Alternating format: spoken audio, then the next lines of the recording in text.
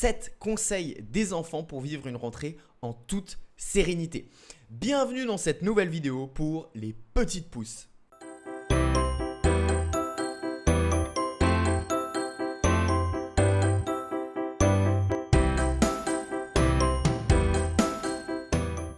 Salut à toi petite pousse, j'espère que tu passes de bonnes vacances et que tu es prêt pour la rentrée.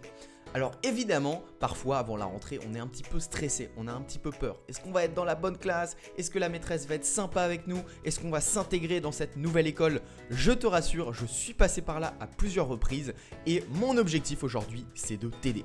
D'ailleurs, si ça t'intéresse, tu peux regarder en dessous dans la description pour participer à un atelier avec moi et t'aider à te sentir plus serein. Alors, quels sont ces 7 conseils pour vivre une rentrée en toute sérénité? Donc, j'ai demandé aux petites pousses que j'accompagne de me donner quelques conseils que j'ai envie de te partager aujourd'hui pour que tu puisses passer une super rentrée et profiter de ton année à fond pour apprendre des choses, te faire de bons amis et passer de magnifiques moments en famille. Est-ce que tu es prêt à découvrir les conseils? Mets-moi un petit pouce en l'air si tu es prêt à découvrir les 7 conseils. Alors, pour commencer, on a Ilyes qui nous dit: pour moi, à la rentrée, c'est choisir une activité qui te plaît en dehors de l'école et te faire des amis sympas. Donc Ilyes, il te propose de choisir une activité dès le début de l'année qui va te plaire pour rencontrer de nouveaux amis et te faire de bonnes rencontres. Ensuite, deuxième conseil de Moana, 13 ans. Il nous dit: il faut commencer quelques discussions avec des personnes. Puis petit à petit, commencer à parler de choses que les deux personnes aiment. Et aussi réviser et apprendre en cours. Donc Moana, il te propose d'aller directement parler à de nouvelles personnes et trouver des points communs. C'est-à-dire des choses que vous aimez tous les deux pour créer des liens, te faire de bons amis. Et évidemment, n'oublie pas de bien réviser et d'apprendre tes cours. Ensuite, on a Noah, 11 ans. Qu'est-ce qu'il nous dit, Noah? Il faut avoir de l'humour si on t'embête et t'intéresser aux autres et discuter avec eux pour te faire de nouveaux amis. Et oui, si jamais on te fait des petites remarques, qu'on te critique ou qu'on essaye un petit peu de te titiller, eh bien il faut faire preuve d'humour, prends du recul, montre que tu as confiance en toi et que tu es sûr de toi. Et ça passera très très bien. Ensuite, on a Paul-Émile, 11 ans, qui nous dit: identifier des camarades avec les mêmes goûts que toi et aller vers eux.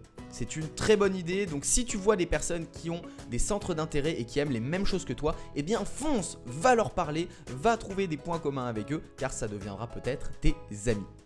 Ensuite, Liam, 12 ans. Trouver un prof avec qui cela se passe bien pour avoir un appui en cas de besoin. Discuter des problèmes, vider son sac, etc.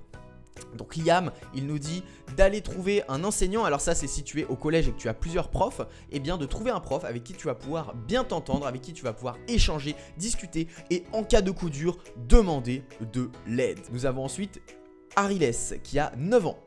Ne pas trop se mettre la pression des notes en se comparant aux autres. Ce qui compte, c'est de faire de son mieux. Exactement, je suis d'accord avec Ariles.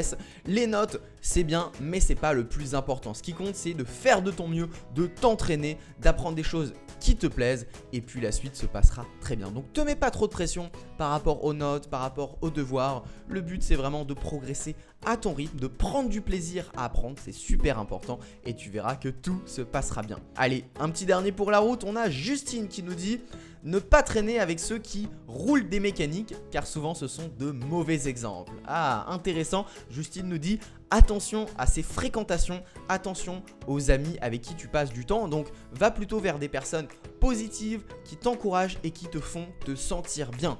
Voilà, si tu vois qu'il y a un groupe, une bande qui font un petit peu des bêtises, qui font un petit peu n'importe quoi, eh bien peut-être évite de passer trop de temps avec eux pour ne pas te faire trop influencer. Voilà petite pouce, c'était les 7 astuces que j'avais à te partager pour passer une super rentrée. J'espère que ça t'a plu. Si c'est le cas, mets-moi un petit pouce bleu avec tes parents, abonne-toi à la chaîne YouTube, et si tu veux aller plus loin dans l'aventure et cette année apprendre à mieux vivre tes émotions, je te retrouve dans l'atelier juste en dessous dans la description. C'était Albinus de Petit Pouce, à très vite, bye.